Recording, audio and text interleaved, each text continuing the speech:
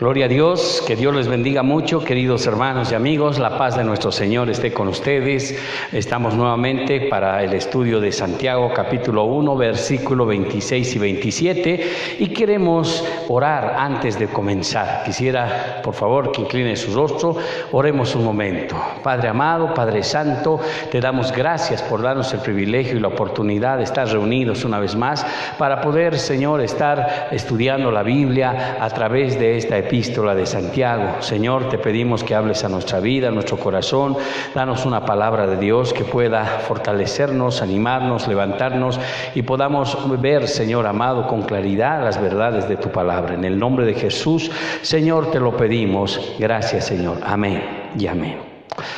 Bien, vamos a irnos a los últimos versículos del capítulo 26 y 27. Dice así: si alguno se cree religioso entre vosotros y no refrena su lengua, sino que engaña su corazón, la religión del tal es vana. La religión pura y sin mancha delante de Dios el Padre es visitar más bien a los huérfanos y a las viudas en sus tribulaciones y guardarse sin mancha en el mundo. Santiago, queridos hermanos, en el contexto de ser prontos para oír la palabra y ser hacedores, porque ese es el hilo más o menos de todo el capítulo, nos está llevando al tema de la religión, pero en su verdadero contexto, porque en la palabra religión, dentro de este contexto bíblico, es prácticamente se entiende como la espiritualidad correcta, la espiritualidad verdadera. Así se comprende. Es una espiritualidad genuina, es una espiritualidad motivada por la pasión, motivada por la convicción, motivada por el amor. Si la palabra religión, hermanos, dentro del contexto, por ejemplo, mundano, se comprende como inclusive cultural, y esto determina comportamientos, determina prácticas, cosmovisiones, ética, puede comprender textos dentro de lo que es inclusive la arqueología. Hay lugares sagrados, hay oráculos que se estudian, hay relación en realidad de práctica entre Dios o los hombres más bien dicho y Dios. A todo eso se llama religión. La religión se estudia desde el punto de vista sociológico. Entonces ellos creen, es decir, desde la perspectiva del mundo, que la religión es una parte de las culturas de los pueblos, que tiene que ver con prácticas. Pero ese no es el sentido que Santiago está usando cuando habla de la palabra religión. La palabra religión tiene otro tipo de cosmovisión, no conforme a las prácticas del mundo, sino conforme a la verdadera y genuina espiritualidad.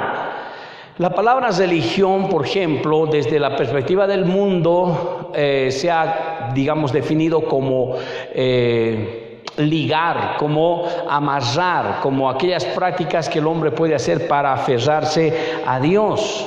En cambio, en la palabra del Señor, en el versículo 26 y 27, la palabra religión, hermanos, está comprendiendo un tiempo de adoración en su original. Por ejemplo, tiene que ver con prácticas movidas por la adoración.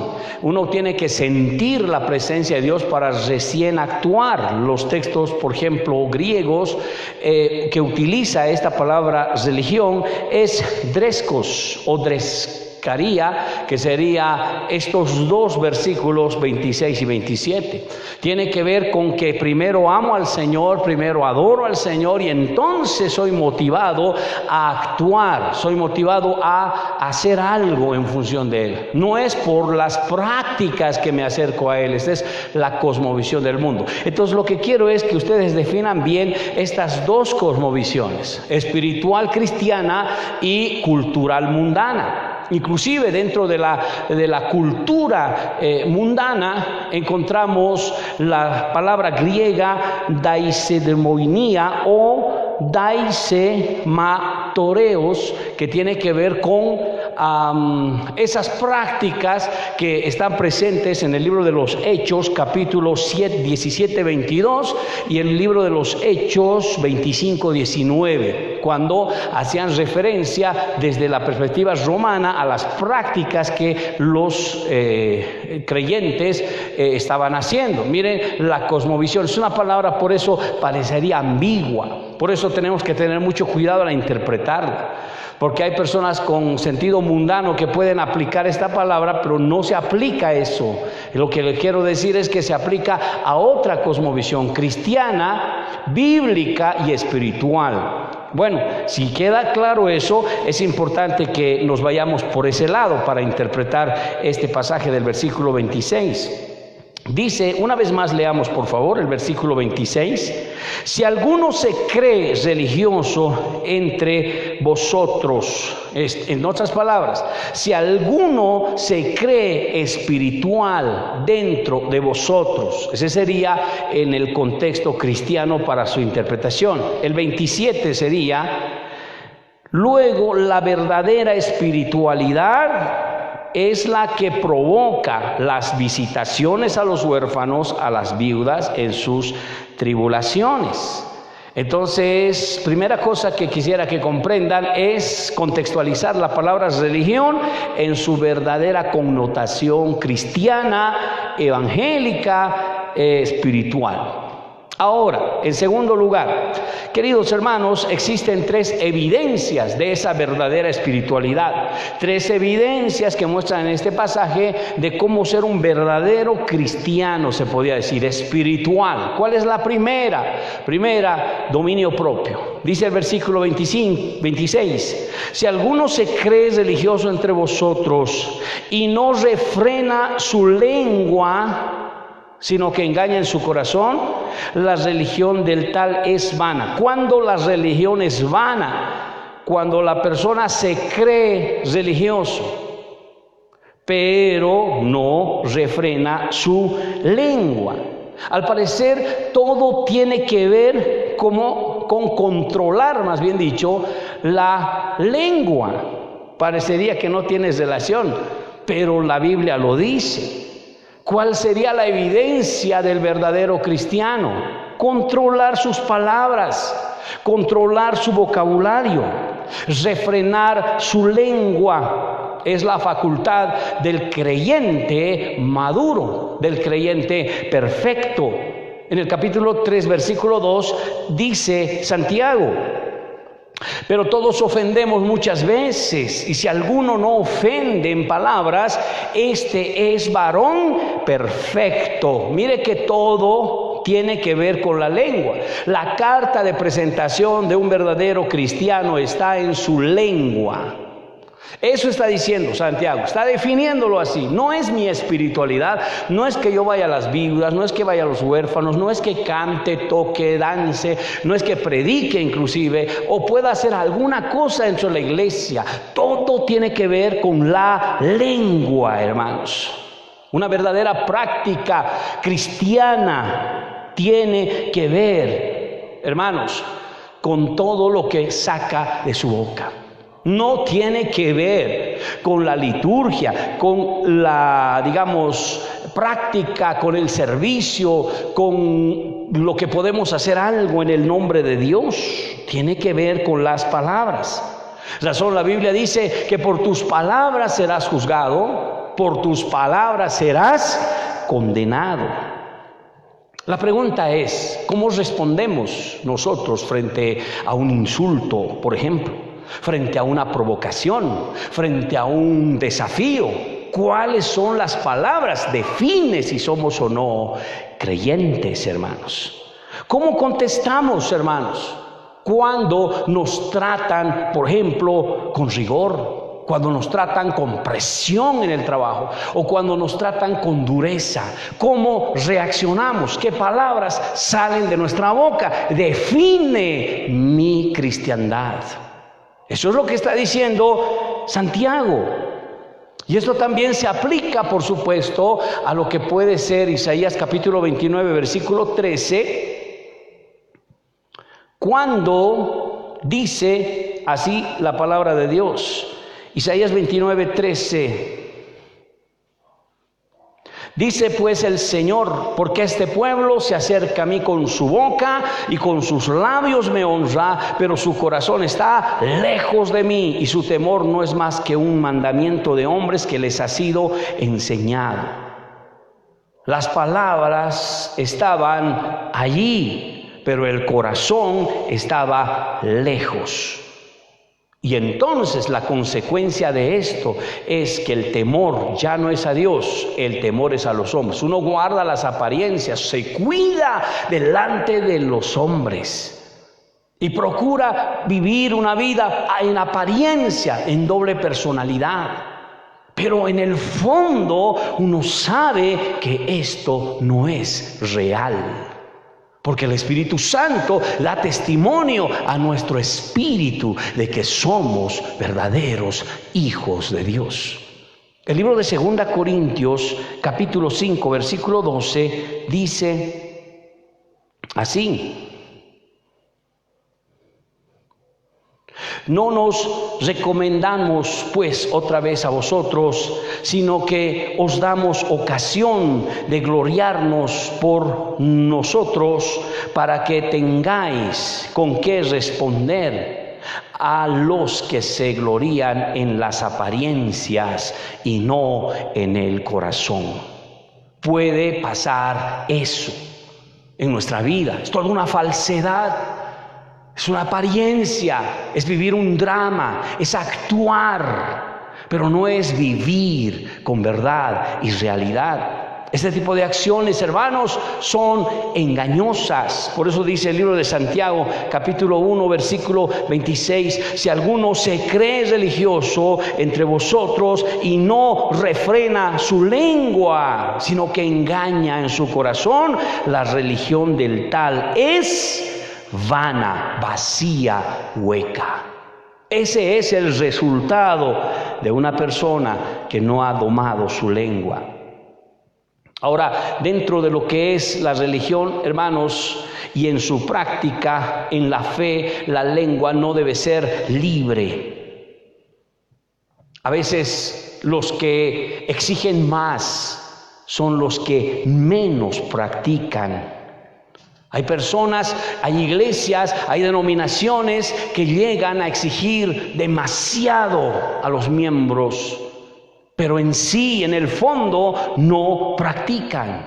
Hay personas que dicen: no se debe usar pantalón, no se deben hacer peinados ostentosos, no se debe uno pintar ni cortar el cabello, pero sus lenguas son largas como para poder criticar a las personas. Entonces el verdadero cristianismo no está refiriéndose a las cosas externas, sino a aquellas que pueden salir del corazón, porque del corazón salen las palabras ociosas. Todo lo que ha entrado termina saliendo. Si nosotros escuchamos a una persona por media hora, sabremos lo que hay en su corazón. Queridos hermanos, hay otras personas que también dicen: pastor, es que yo soy sincero. Yo no me guardo las apariencias, yo digo las cosas como son. En realidad eso es chisme, solo una justificación. Si nosotros pensaríamos que ser sinceros es decir todo lo que a nuestra lengua se le ocurra, ¿se imagina si todo el mundo hablaría de esa persona de la misma manera? A veces se quiere exigir mucho y se quiere dar poco. Eso es otro resultado de una persona así. El gran predicador de los príncipes de los pastores, se le llama Spurgeon, decía: si un hombre piensa mal de ti, no te enojes con él, tú eres peor de lo que él piensa. Es importante comprender, queridos hermanos, que en las muchas palabras puede haber pecado. Uno de los comentaristas, Matthew Henry, John MacArthur, decía: una persona normal dice que habla 18,000 palabras por día. suficientes para un libro de 54 páginas, y en un año esos serán 66 libros de 800 páginas. Y dijo, si la lengua no es controlada, esto puede ser un indicador de que también el corazón no es controlado, porque de la abundancia del corazón es que habla la boca. Queridos hermanos, en primer lugar, versículo 26, primer indicio de un verdadero cristianismo: refrena su lengua. Si alguno se cree religioso entre vosotros y no refrena su lengua, sino que engaña a su corazón, la religión del tal es vana. Segunda cosa, para identificar una verdadera religión o una falsa, dice el versículo 27, y tiene que ver con el amor al prójimo. La religión pura y sin mancha delante de Dios el Padre es esta: visitar a los huérfanos y a las viudas en sus tribulaciones. Esto tiene que ver con las obras, pero son las obras que salen del corazón y están enfocadas en especial a los huérfanos y a las viudas. Y en el contexto de Israel, estas eran las dos personas que más necesitaban, por cuanto estaban con necesidad. Él la cita prácticamente el libro de Santiago. Ahora, ¿de qué estamos hablando? Cuando hablamos del amor al prójimo, estamos hablando de 1 Juan capítulo 4, versículo, puede leer verso 7, 1 Juan capítulo 4, versículo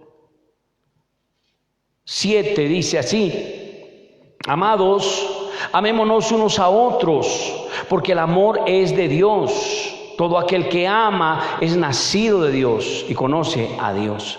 El que no ama no ha conocido a Dios, porque Dios es amor. En esto se mostró el amor de Dios para con nosotros, en que Dios envió a su Hijo unigénito al mundo para que vivamos por Él. En esto consiste el amor, no en que nosotros hayamos amado a Dios, sino en que Él nos amó a nosotros y envió a su Hijo en propiciación por nuestros pecados. Amados, si Dios nos ha amado, así también debemos también nosotros amarnos unos a otros. Nadie ha visto jamás a Dios, sino si nos amamos unos a otros, Dios permanece en nosotros y su amor se ha perfeccionado en nosotros. Cuando hacemos algo por el prójimo desde esta perspectiva, entonces estamos amando. Lo que nos mueve a hacer algo por alguien debe ser el amor, no debe ser la pena, no debe ser la vergüenza, no debe ser la presión. Tiene que ser el amor ágape de Dios, porque el que ama a Dios puede amar a la otra persona. Por eso cuando una persona llega al Señor Jesucristo, lo primero que hace es reconciliarse con Él de forma vertical hacia arriba, y en consecuencia se va a reconciliar de forma horizontal con los semejantes. De hecho, va a tener una buena relación con Dios y una buena relación con los demás.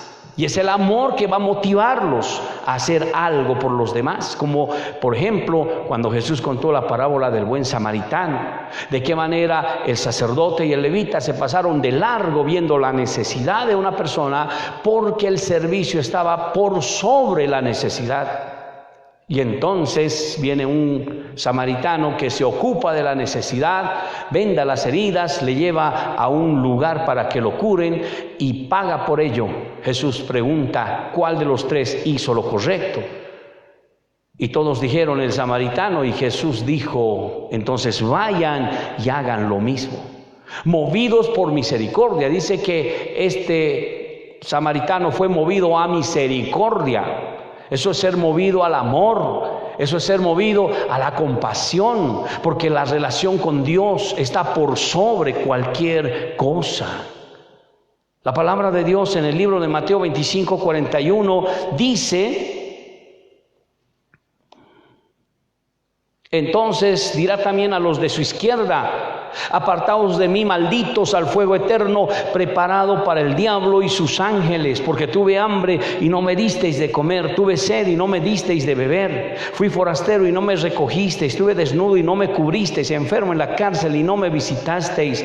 Entonces ellos les respondieron: Señor, ¿cuándo te vimos hambriento, sediento, forastero, desnudo, enfermo en la cárcel y no te servimos? Entonces les responderá diciendo: De cierto os digo que en cuanto no lo hiciste a uno de estos más pequeños, tampoco a mí lo hiciste.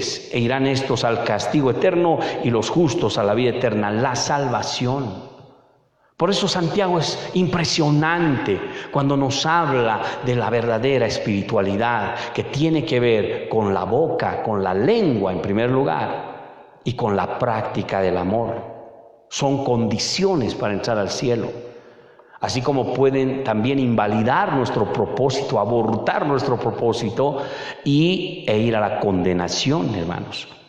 Es importante que aquí había gente que simplemente por no haber se ocupado de la necesidad están siendo condenados, pero más que ocuparse de la necesidad, no tenían una comunión ni una relación con Dios específica. Es importante, la Biblia dice en 1 Juan 3:17, para pasar al otro punto y en conclusión, cerrando este punto, 1 Pedro 3:17 dice: pero el que tiene bienes de este mundo y ve a su hermano tener necesidad y cierra contra él su corazón, ¿cómo mora el amor de Dios en él? Hijitos míos, no amemos de palabras ni de lengua, sino de hecho y en verdad. En tercer lugar, ¿cuál es la evidencia de una verdadera espiritualidad, de una verdadera religión? Es, como dice Santiago, capítulo 1, versículo 27, la religión pura y sin mancha delante de Dios el Padre es esta: visitar a los huérfanos, a las viudas en sus tribulaciones, y esta es la parte que nos corresponde, y guardarse sin mancha del mundo.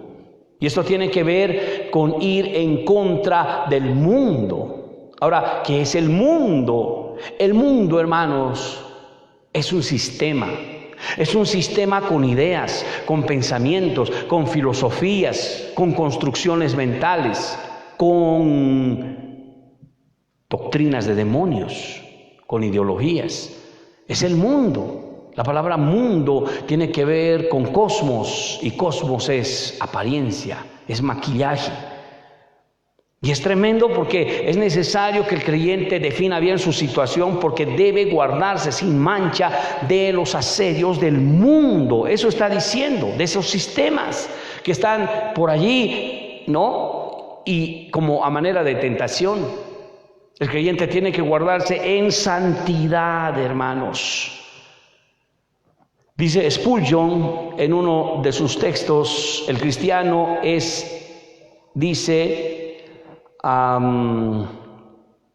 está más contento, dice, en el mundo, porque él tiene un corazón lleno de Cristo, lleno de Dios y lleno de la verdad. Pero al mismo tiempo, dijo, es también un hombre triste e infeliz con el mundo. Hay que saber diferenciar de estar en el mundo o con el mundo. La tristeza viene cuando hacemos lazos con el mundo.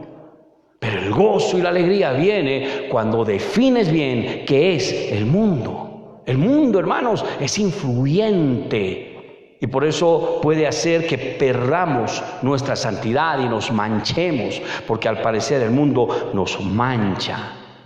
¿Qué es el mundo? 1 Juan 2:15 dice qué es lo que hay en el mundo.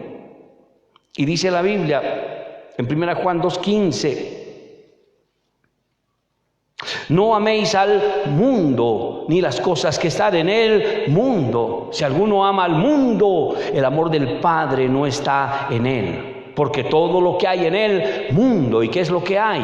Los deseos de la carne, los deseos de los ojos, la vanagloria de la vida, que no proviene del Padre, sino del mundo. Cuando una persona está en el mundo, va a dar rienda suelta a los deseos de su carne, va a dar rienda suelta a los deseos de sus ojos y va a dar rienda suelta a la vanagloria de la vida. Y todo esto, dice, no proviene del Padre. Y es importante entender que el mundo pasa y sus deseos, pero el que hace la voluntad de Dios permanece para siempre. Es como decir, el mundo es temporal, no es eterno, es un momento, es un rato, es un placer de un momento y pasa, no vale la pena. Pero hacer la voluntad de Dios vale la pena porque esto es eterno. En 1 Pedro 1:17 dice: y si invocáis por Padre aquel que sin acepción de personas juzga según la obra de cada uno, conducíos con temor todo el tiempo de vuestra peregrinación. Conducíos con temor todo el tiempo de nuestra peregrinación. ¿Por qué el Señor nos alinea en contra del mundo, hermanos? Porque 1 Juan 5:19 dice: y sabemos que somos de Dios y el mundo entero está bajo el maligno. La pregunta es, si el mundo entero está bajo el maligno y a Dios no le agrada, ¿por qué nosotros como creyentes nos gustan las cosas del mundo? Y comenzamos a mezclarnos y a vivirnos y al deseo de los ojos, deseo de la mente, vanagloria del mundo, sabiendo que el Padre no está allí. Y sabiendo que esto es una total arbitrariedad contra nuestra fe. ¿Por qué podemos enrolarnos con el mundo? Es tan influyente. Un hombre llamado Samuel Pérez Millo dijo: el peligro no consiste en vivir entre mundanos, sino vivir como mundanos. John MacArthur en un comentario dice: el peligro no se halla en la iglesia, se halla dentro del mundo. El peligro no se halla en que la iglesia se halle dentro del mundo, sino que el mundo se halle dentro de la iglesia. El embate del mundo es fuerte, es influyente, necesitas realmente la gracia de Dios para estar estable. Y termino con esto.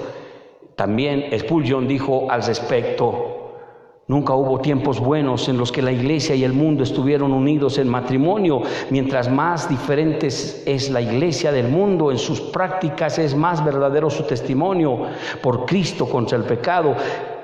Creo que una de las razones por la cual la iglesia tiene tan poca influencia sobre el mundo es porque el mundo tiene tanta influencia en la iglesia. El mundo, quiero terminar, es influyente y está en todas partes. ¿Qué debemos ser para ser realmente hombres y mujeres espirituales, correctos, genuinos delante de Dios? Santiago dice, número 1, cuida tu lengua. Número 2, que todo lo que hagas por los demás sea movido por tu amor, tu adoración a Dios. Y en tercer lugar, guárdate en santidad del mundo. Así se define en Santiago la verdadera espiritualidad. Bien, vamos a orar por la palabra del Señor. Que Dios te bendiga. Querido hermano, vamos a cerrar los ojos y vamos a orar un momento, que el Señor pueda obrar en tu vida en este día. Gracias, Señor, por la palabra que hemos tenido hoy. Te agradecemos en gran manera que nos hables a través de la Biblia y nos muestres, Señor, de qué manera Santiago establece la verdadera espiritualidad, que para él la verdadera religión en este contexto sería, Señor, guardar nuestras lenguas de hablar mal en cada momento de nuestra vida, cuando estamos trabajando, cuando estamos estudiando, cuando estamos en la familia, en la casa. Cómo reacciona la lengua. Eso define nuestra verdadera cristiandad. Asimismo, Señor, todo lo que podamos hacer por los demás sea motivado por una verdadera pasión de amor genuino, ágape, delante de ti. Que lo que vamos a hacer por los demás sea, Señor, siempre aprobado por ti. No lo hacemos por conveniencia, no lo hacemos por presión, ni siquiera por cortesía. Lo hacemos, Señor, de corazón y en verdad. Que asimismo, Señor, que sea nuestra relación con los demás genuina, real, verdadera. Y finalmente podamos, Dios maravilloso, guardarnos sin mancha delante del mundo influyente, porque el mundo está en las palabras, está en los pensamientos, está en los sistemas, procesos. El mundo está en las filosofías, el mundo está en las prácticas de los jóvenes, en la televisión, en la radio, en los juegos. El mundo está presente en el celular, a través de imágenes, a través de videos. El mundo, Señor, está presente, constante, queriendo influenciar para que la iglesia pierda su calidad, su posición, su privilegio. Mas ahora, Señor, oramos para que tú nos puedas dar una verdadera relación delante de ti. y podamos arrepentirnos, Señor, de todas las veces que hemos hablado cosas contrarias a tu palabra. Perdónanos, Señor, perdónanos por el comportamiento, Señor amado, de inmundicia de el mundo mismo. Perdónanos, Señor. Dios Todopoderoso, limpia nuestros corazones, enséñanos y ayúdanos, Dios maravilloso, a guardarnos como tu palabra nos manda. Dios maravilloso, que la palabra de Dios, Señor, corra y sea glorificada, y a medida que vayamos estudiando algunos aspectos más de Santiago, podamos ser enriquecidos grandemente para ser construidos esos hombres y mujeres a la imagen y semejanza de Dios. Te lo pido todo esto en el nombre de Jesús. Amén y amén. Que Dios te bendiga mucho, querido hermano y amigo, la paz de nuestro Señor. Te esperamos el día jueves con más de Santiago, entrando al capítulo 2. Vamos a despedirnos en este día. Dios te bendiga mucho.